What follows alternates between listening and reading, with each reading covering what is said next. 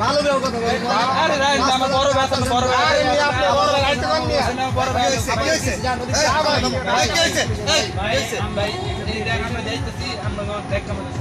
এটা কি ভদ্রতার ইয়া কেমন ভদ্রতা আপনাদের বাড়ি কই আপনাদের কার সেন্টারে চলেন বড় ভাই মারা যাইছেন